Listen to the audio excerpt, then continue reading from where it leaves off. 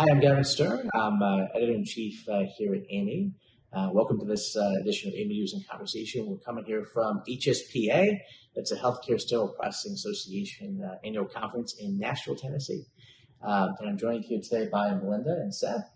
We're going to talk all about sterile processing, so I'll let you introduce yourselves. I'm Malinda Elammari, Clinical Education Specialist for Southeast Region for Healthmark Industries.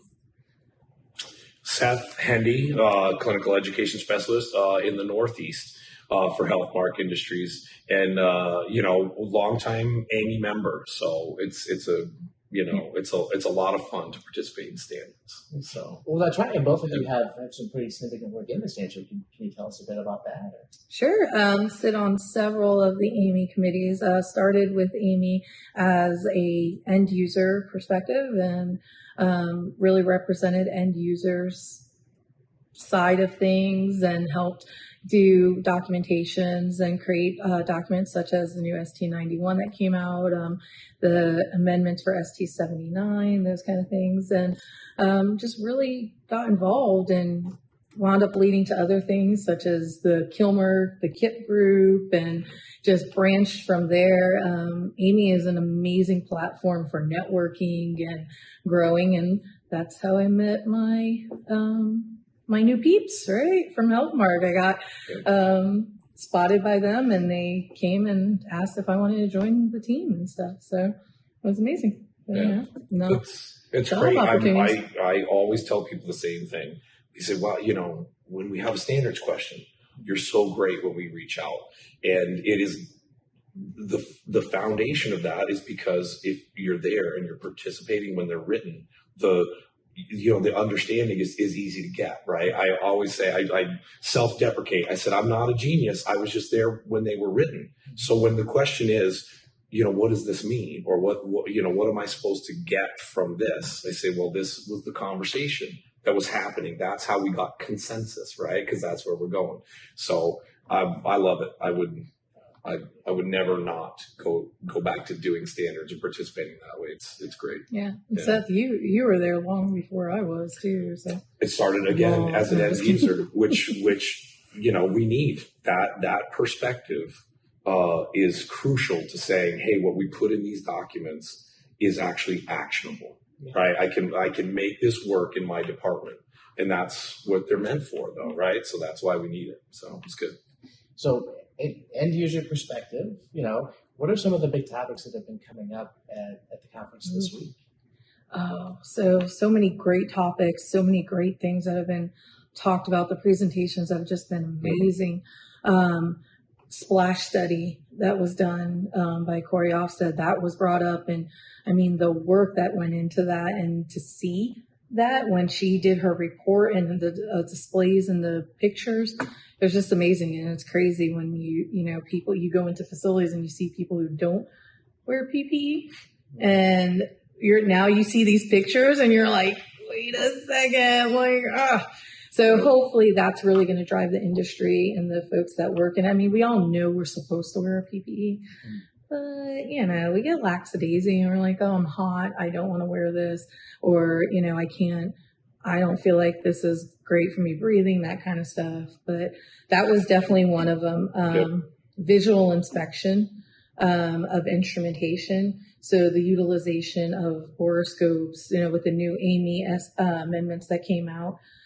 For ST79 really focused on inspection of your instruments, the insulations and stuff like that, and utilizing borescopes, making sure you're not just laparoscopic. We were all taught laparoscopic instruments. You have to test those. I never in my career was told I have to test bipolar forceps, coded bipolar forceps and stuff, or cords, right? Yeah. Like who even thought about that?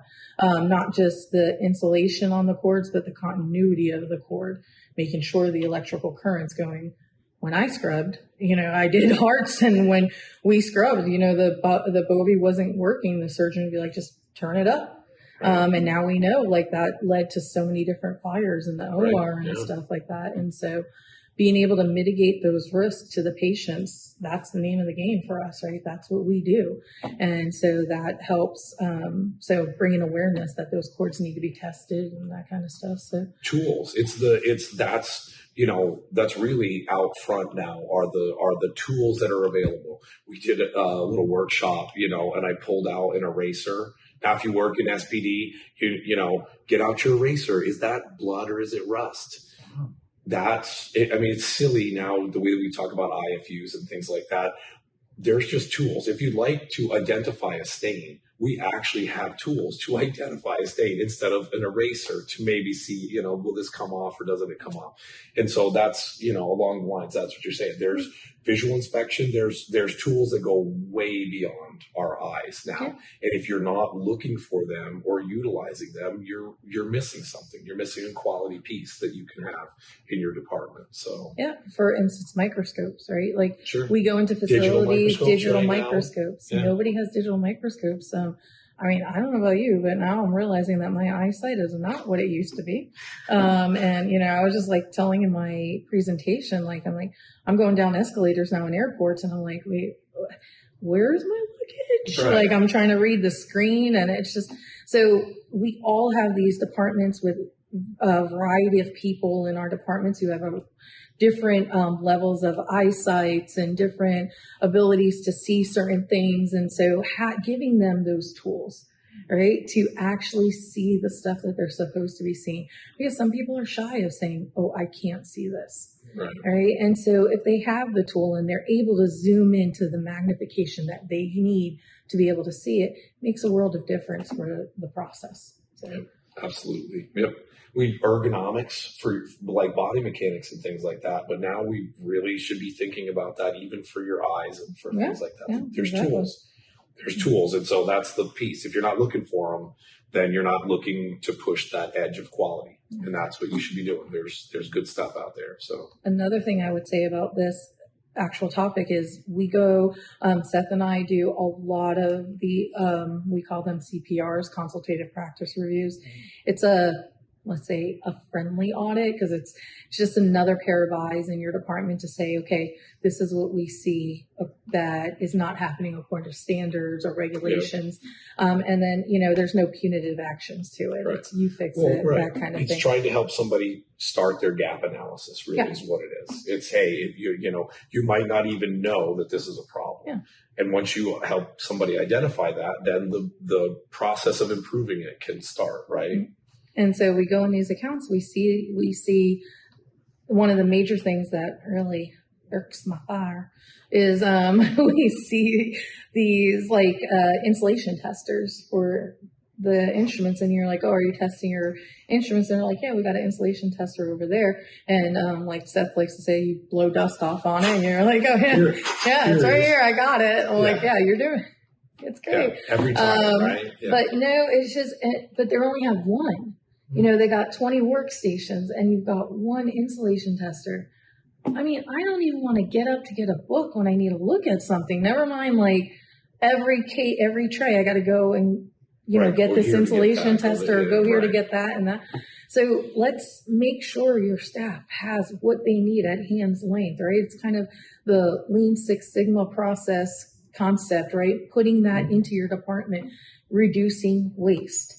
And employees walking wasted and time, spending, wasted movement, right? All of that stuff all waste. Just eats up time. Yeah. So, and it, the consistency of the process actually happening is going to happen if I have it right here in front of me versus I now have to get up and off of my chair or go and do something. Not saying it never happens, and I'm not saying people don't do it, but the likelihood, as we know, is You're right. You're not giving the best chance. I mean, that's what we should be doing, right? Is the best opportunity for this to happen each and every time. And you really have to think what steps it takes. And sometimes same thing with the borescope, right? You go in, there's one borescope and it's, where's the borescope? In the closet over there in the back. So and the I'm supervisor's office, we pull it out. Okay. How is that? How are we using that for ourselves? So and just creating the standard work processes around that. So it's not a guessing game. Do I check this and not this, or do I check that and not that? and then you hold people accountable to that process to make it better. But right. Be good with your policies and then follow them, right? Think about it logically, make sure you've given people the tools, and then look for compliance. Yep. That's how you institute sort of a continual quality sort of thing is I'm reviewing it. I'm doing it in a methodical way.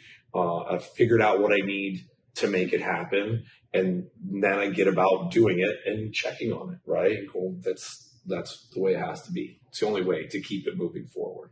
Yeah. And along those lines, there's been a lot of conversation about standards at this conference. What have you heard? I know there's a few that have come up and some that are upcoming. Yeah. So the new standard for water, right? Seth, you want that one? 108, sure. 108. Yep. Coming soon, right? Well, what's interesting to me about that is, again, that's going to be one of those ones where someone's going to call and ask us a question, right? Because we try to be resources to our customers, and someone's going to call and say, how do I do this? Or when am I going to have to do this? Right. You can talk about 91 if you want to. That was the first thing when it came out. They said, "Oh my goodness, like I'm not there yet. So I must immediately be in trouble or behind the ball and it's like, okay, wait. Again, deep breath. How do I eat? And how do you eat an elephant? One bite at a time. So let's take it for what it is and let's start our gap analysis and then let's work towards it, right? Why do we have to eat elephants? I know. Anyway, I'll switch it to that next time. How do I eat a dinosaur? Well, how would you eat a dinosaur? So, see, Gavin got you right there. He actually did. Dang, Gavin. So, that's what's going to be interesting is some people are thinking, oh my goodness, the testing is just going to skyrocket. And it's so much, and I don't think I'm going to be able to do it. And I've had to say to a few people, and only because I'm there, right? Because we participate in that way, I said, wait, actually, it's probably going to be, a facilities engineer doing this piece. Can you enlist help from your washer manufacturer or your, and people start to go, oh, okay, wait, like I didn't think of that. I didn't think to ask that person. I didn't think that maybe this wouldn't end up landing right in my all on my processing shoulders, right? Staff's lap, right? Mm-hmm. And so, that's going to be one, because we've already gotten questions. It's not published yet. And people are wondering what their level of need is going to be and how that's going to work out. And it's nice. I do have to say it's gotten kind of technical because it needed to have that level of specificity.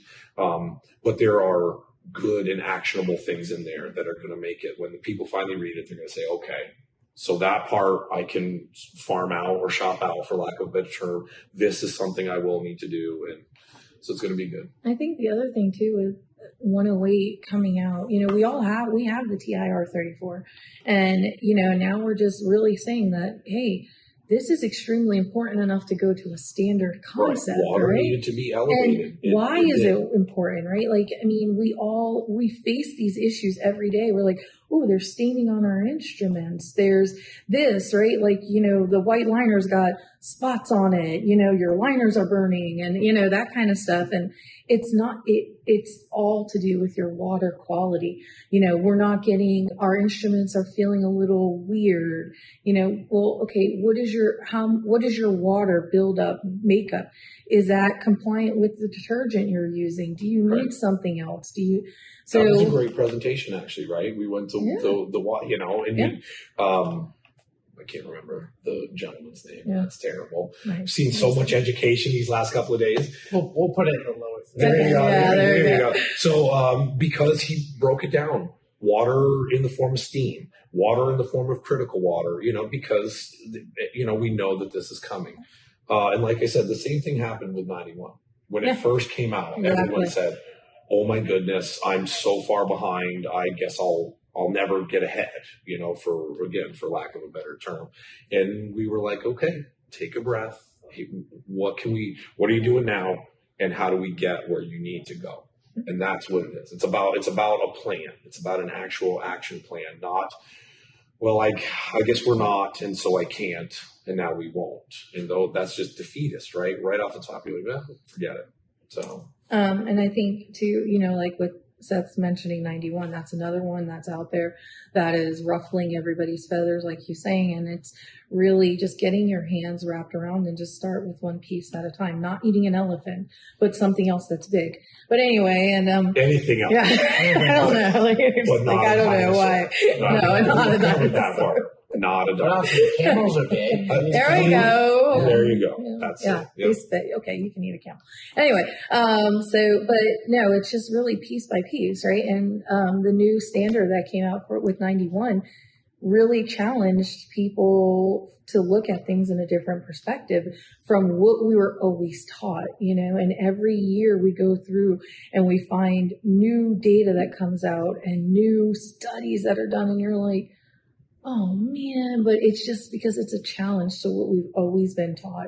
And you now have to shift that paradigm of your mental state to say, okay, now I've got to do it this way.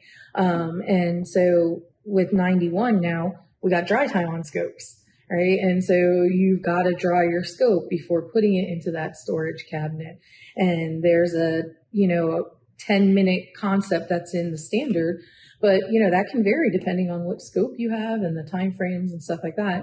But, everybody was freaking out about that. And is your air pressure even regulated? Well, we see so much, it's piped in. I say, that's great. Do you know that there's a PSI limit for that scope or for that robotic arm? And since yours isn't regulated or gauged, what's coming in?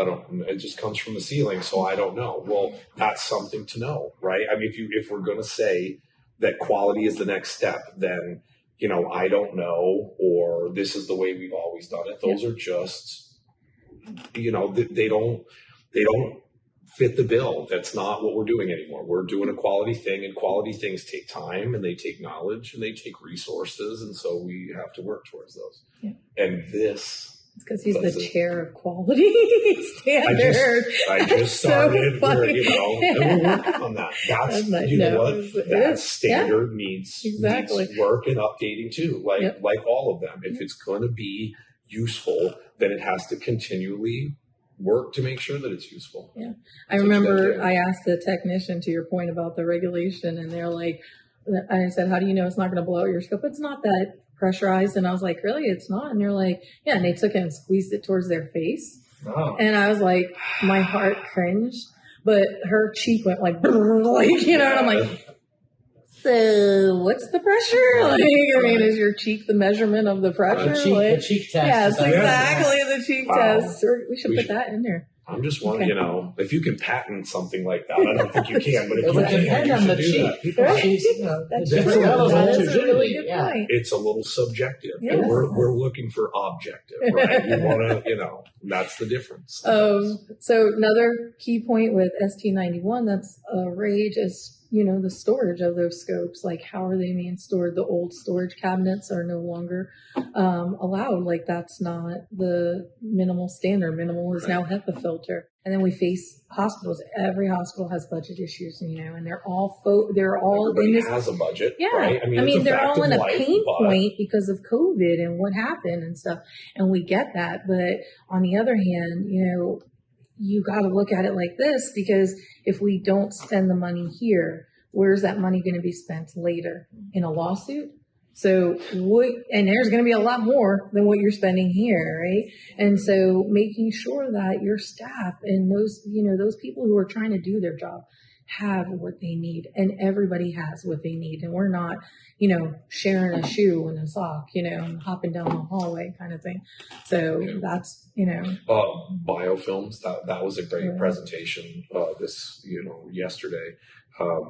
Because that's a big thing, point of use. We've gone to the point of changing the name to try to get traction behind the fact that what has to happen, it's not pre-cleaning, because pre-cleaning got a bad connotation, but we know that it's so important that, again, we worked on the words. We're like, okay, if you treat patients can you treat your instruments? So instead of pre-cleaning, it's pre-treatment, right? We're trying to bring that together because it actually does affect the next patient. Maybe not the one there, but the next one. Because if that pre-treatment isn't done, biofilms form, and it makes every subsequent process less effective, including disinfection and sterilization. So our end thing that's supposed to make it safe for the next patient is less effective because what happened immediately after this patient, right, didn't happen correctly. So, because that one was crazy. Yeah, I mean, she did some stuff with luminol where it was like, this is what it looks like within minutes. And you're like, scary. Wait a minute, formation of this within minutes. Okay. Wow. And it makes it like 10,000 times harder for you to clean it. It's that hard because it creates a protective barrier over that soil. Right. And so it's just harder for you got to break through that barrier, then get the soil. And right. If you that's very adherent, that polysaccharide, that extracellular thing, it's like glue. It's like glue that sticks it to a thing, and then it's like a bulletproof vest. If a sterilizer or high level disinfectant is a gun, that's a bulletproof vest. It's tough. It's tough. And so I just loved, that you come here and someone's like, look, I'm going to do some research. The visuals were great, though. That is the other thing. We had a few people in there like audible gasps because they were like, okay, I mean, this is, it's, and not the bad kind, like when you use the UV light in your hotel room, those, but it's the same kind of thing. That sort of visual, you can't forget that. Now you're like, I've seen it. That unseen thing I've seen, and so now I have to do something about it, right? I have to do something about it. So it sounds like, just to sort of recap a bit, really so much of the conversation has been, elevating the sterile processing profession, empowering sterile processing professionals, and giving them the tools that they need so that all that stuff that's unseen is seen and can be addressed properly, making sure that they're able to advocate for themselves and in their environments to do what's best for the patients. Yeah, that's it. Exactly. Yep.